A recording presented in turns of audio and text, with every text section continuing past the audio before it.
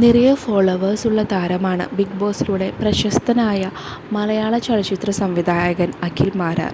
Cinema നൽകിയതിൽ കൂടുതൽ പ്രേക്ഷക ശ്രദ്ധ ബിഗ് ബോസിലൂടെ മാരാർക്ക് ലഭിച്ചു. എന്നും സോഷ്യൽ മീഡിയയിലൂടെ തൻ്റെ വിശേഷങ്ങൾ മാരാർ പങ്കുവയ്ക്കാറുണ്ട്. ബിഗ് ബോസിന് തുടക്കത്തിൽ അഖിലിന് ആദ്യം ഹേറ്റേഴ്സായിരുന്നു ഉണ്ടായിരുന്നത്. പക്ഷേ ബുദ്ധിപരമായ കളികൾ കൊണ്ട് ആ ഹേറ്റേഴ്സിനെ ഫാൻസാക്കി മാറ്റിയ വ്യക്തിയാണ് അഖിൽ. രാഷ്ട്രീയത്തെക്കുറിച്ച് നല്ല ജ്ഞാനമുള്ള വ്യക്തിയാണ് അഖിൽ മാരാർ. അതുകൊണ്ട് തന്നെ പലപ്പോഴും ചാനൽ ചർച്ചകളിലടക്കം രാഷ്ട്രീയ നിരീക്ഷകനായി പങ്കെടുത്തിട്ടുണ്ട്. അടുത്തിടെ നടൻ സുരേഷ് ഗോപി തെരഞ്ഞെടുപ്പിൽ ജയിക്കുമെന്ന് അഖിൽ പ്രവചിച്ച് വൈറലായിരുന്നു. അങ്ങനെയൊരു പ്രവചനം നടത്താൻ തന്നെ പ്രേരിപ്പിച്ചത് എന്താണെന്ന് ഇപ്പോൾ അഖിൽ വെളിപ്പെടുത്തിയിരിക്കുകയാണ്.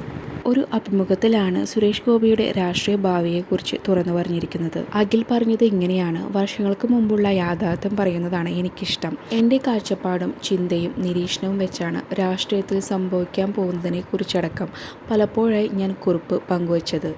എനിക്ക് അടുപ്പമുള്ളവരുടെ കാര്യത്തിൽ പോലും അവരുടെ നന്മകളിൽ മാത്രമേ ഞാൻ ന്യായീകരിക്കാറുള്ളൂ. അല്ലെങ്കിൽ ഞാൻ ഫാക്ട് പറയും. മോശമാണെങ്കിൽ സുഹൃത്താണെങ്കിൽ പോലും മുഖത്ത് നോക്കി പറയും. സുരേഷേട്ടൻ ജയിക്കുമെന്ന് ഞാൻ പറഞ്ഞത് രാഷ്ട്രീയം നോക്കിയിട്ടല്ല.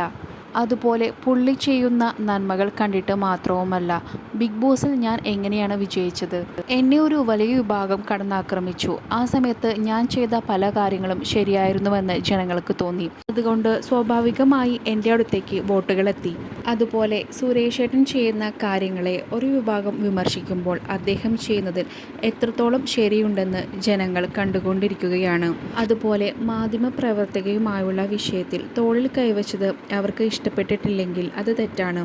അതുപോലെ ആ സംഭവത്തെ ചിലർ വളച്ചൊടിച്ച് വക്രീകരിക്കുമ്പോൾ ജനം അങ്ങേരുടെ കൂടെ നിൽക്കൂ. എനിക്ക് അദ്ദേഹവുമായി പേഴ്സണൽ ബന്ധമൊന്നുമില്ല. ഇവിടെയുള്ള സകല മനുഷ്യരും പുള്ളിയുടെ മകളുടെ കല്യാണത്തിന് പോയിട്ടുണ്ട്. നിങ്ങൾ എന്നെ കല്യാണത്തിന് കണ്ടു കാണില്ല. കാരണം അത്രയ്ക്കുള്ള ബന്ധമേയുള്ളൂ. പുള്ളി എന്തെങ്കിലും തരുമെന്ന് വിശ്വസിച്ചുമല്ല ഞാൻ ഒന്നും പറയുന്നത്. റിയാലിറ്റിയാണ് ഞാൻ പറഞ്ഞത്. വർഷങ്ങൾക്ക് മുമ്പ് എയ്ഡ്സ് വന്ന 2 കുട്ടികൾ ഉണ്ടായിരുന്നു. അന്ന് സൂപ്പർ സ്റ്റാറായി കത്തി നിൽക്കുന്ന സമയത്ത് ആ കുട്ടികൾക്ക് വേണ്ടി ഈ മനുഷ്യൻ നിന്നു.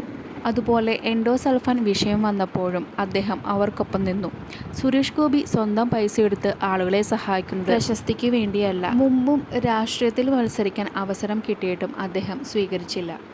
മാത്രമല്ല സ്ഥാനമാനങ്ങളൊന്നും വാങ്ങിയിട്ടില്ല.